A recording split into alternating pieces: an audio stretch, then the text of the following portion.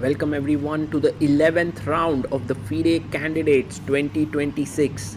We have the sole leader of the women's section, Vaishali, entering in with her mother Nagalakshmi. Vaishali, as always, comes with her mom.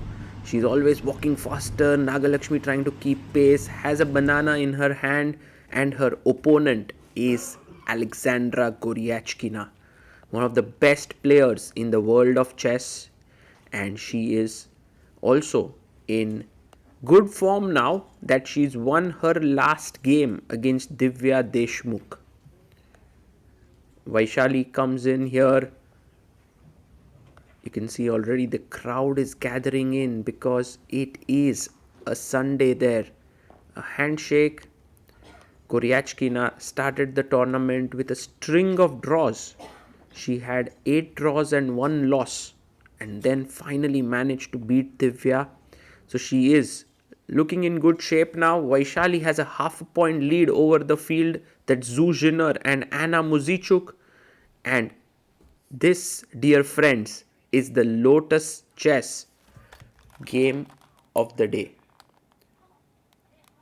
Lotus Chess is a very interesting app which you can download from the link in the description. It helps you to improve your openings, your middle games, and your end games in a very interesting fashion, in a way where you have to drill yourself. It adapts the training to you, and so do check it out. It's free, and then later, if you like it, you can check out the premium version. Now back to the game. Goryachkina gets ready for this one. Vaishali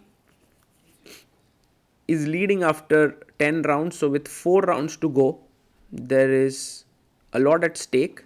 You can see the players just calmly getting ready, a handshake, and off we go. What's Goryachkina's first move going to be? She plays her pawn to d4. Last rounds in a tournament like Candidates are tough because there's always so much at stake that you want to be very careful on how you play. And Vaishali is someone who's always very aggressive. Knight to f3. And she brings her knight out to f6. Now Aleksandra goes c3. That's a very interesting move because c4 leads to Queen's Gambit. She plays it a little bit conservatively. e6 by Vaishali, opening up her bishop but closing down other bishop, and we have the London system. Wow, the bishop comes out to f4. And pawn to c5 played, opening up the queen's path to attack this pawn. e3 played here by Goryachkina, building what is called a triangle in the center. Queen b6, putting pressure here. You can go queen c2, you can go queen b3. Goryachkina goes queen b3. Now an important point here to notice is that if you play c4, queen c2, there is no bishop that can come out. So c4 generally is not a good idea when you have already played e6 in such positions. Let's see the setup that Vaishali takes.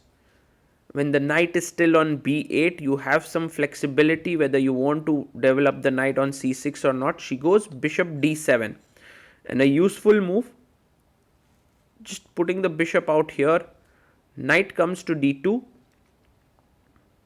I guess if she would have played knight e5, then bishop c6 followed by knight d7 is a very nice, interesting way to play. Okay, knight d2, bishop e7 played, and now bishop e2. Aleksandra is finishing her development. Castles, and now white can simply castle, but there's an interesting idea with rook g1 and g4 g5, not to attack as such, but to gain space. But Goryachkina does not really go for it. It's an interesting idea to try if you are white someday. Rook c8 played by Vaishali, a beautiful move, making space for the bishop to go back to e8, and also defending the pawn here on c5. She does it, bishop e8.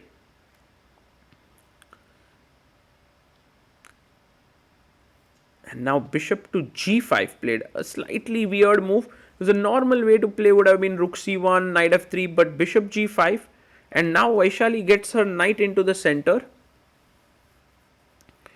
And Goryachkina needs to decide whether to take the queen, not take the queen.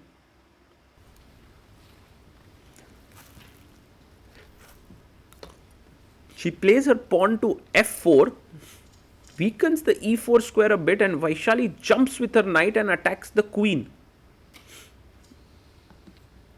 Takes the queen, naturally a best move, because take, there's queen d4 and the queen on c2 is hanging. So queen takes b6 is correct. A takes on b6. And now Goryachkina goes f5, a nice move. Vaishali asks the question to the bishop. The bishop keeps the pin here on the h4 d8 diagonal. Pawn takes pawn. And now rook takes, and the other rook can swing over to f1. She brings her knight back to c6. White does seem to have a bit of pressure in this position. Although if you move your rook immediately, then a2 pawn is hanging. So Goryachkina calmly plays her pawn to a3. Now the pawn is no longer hanging. Bishop goes back to d8, so that now the knight can also jump in if needed. Rook f1 played. And I guess taking is the best. If you take here, then knight h7, and then the knight could reroute itself. So rook e5 makes sense, pressurizing the d5 pawn. But bishop c6, a nice move, defending the d5 pawn. And she comes back with her rook to f5. Vaishali goes rook c7, defending the f7 pawn, getting ready to jump at some point into the center. h3, waiting here, and rook d7 played, simply defending the d5 pawn. The bishop comes back on this diagonal here, and now bishop to c7, offering a trade. So maybe there can be a repetition, but Goryachkina takes, rook takes, and the d5 pawn now looks safe with the knight and bishop here. Rook e5 played, and a nice move, rook to e8, simply offering trades. Goryachkina gets her other rook. Now this is getting dangerous. So Vaishali takes. Now taking with the pawn would be a bad idea. Knight d7, the pawn would be weak. So rook takes, and this rook can become a weakness. g6 played. Yes, the rook is not having too many squares. I think you have to be careful.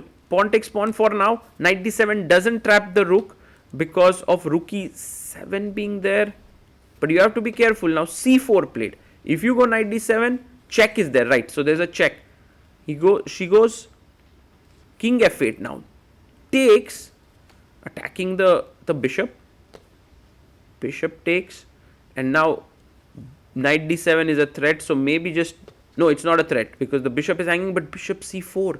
A big blunder here by Goryachkina. She simply misses that her rook has no squares on this, and she's attacking here. So if you take, she's completely fine, but Vaishali finds the best move, going backwards, even sacrificing the c5 pawn because of b6. What a pretty move by Vaishali, completely trapping the rook. The rook has no squares. Rook takes c6. She had to give up, because imagine if you went to e5, knight d7, again no squares. Incredible how things completely shifted in a matter of two moves. Rook c2 attacking the knight. Knight c4 attacks the pawn on b6, and now knight to d5 played. So yes, you are attacking here on b6. Knight, rook c3. She plays her bishop back to a4, and Goryachkina is totally losing. Knight takes e3 taken. Vaishali realizes that these two pawns are strong, but it's very difficult to get them moving. Meanwhile, she attacks the pawn on g2. Bishop b5. She takes the pawn. King h1.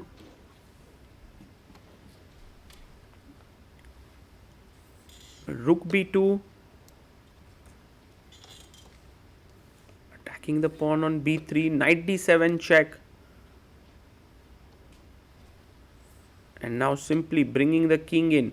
If the king comes in this way, this is just going to be mate. She brings the king in further. And I think Aleksandra realizes that her position is very bad now. Vaishali gets her king even further in. b4, king e4.